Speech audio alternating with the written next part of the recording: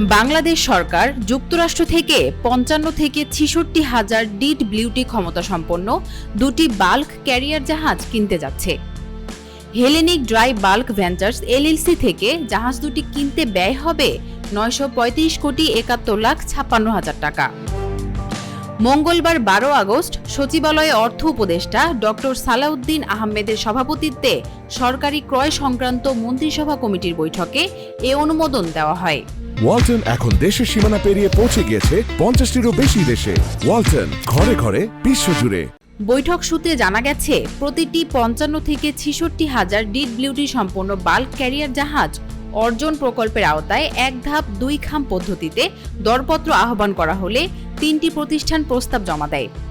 এর মধ্যে ২টি প্রস্তাব কারিগরিভাবে গ্রহণযোগ্য বিবেচিত হয়। সব প্রক্রিয়া শেষে টেন্ডার ইভ্যালুয়েশন কমিটির সুপারিশে যুক্তরাষ্ট্রের হেলেনিক ড্রাই বাল্ক ভেঞ্চার্স এলএলসিকে রেসপন্সিভ সর্বনিম্ন দরদাতা হিসেবে নির্বাচিত করা হয়। প্রতিষ্ঠানটি থেকে ৭৬.৬৯৮ মিলিয়ন মার্কিন ডলারে জাহাজ দুটি কেনা হবে, যা বাংলাদেশি মুদ্রায় ৯৩৫ কোটি ৭১ লাখ ৫৬ হাজার টাকা। রাষ্ট্রায়ত্ত বাংলাদেশ শিপিং কর্পোরেশন নিজস্ব অর্থায়নে এ ক্রয় সম্পন্ন করবে।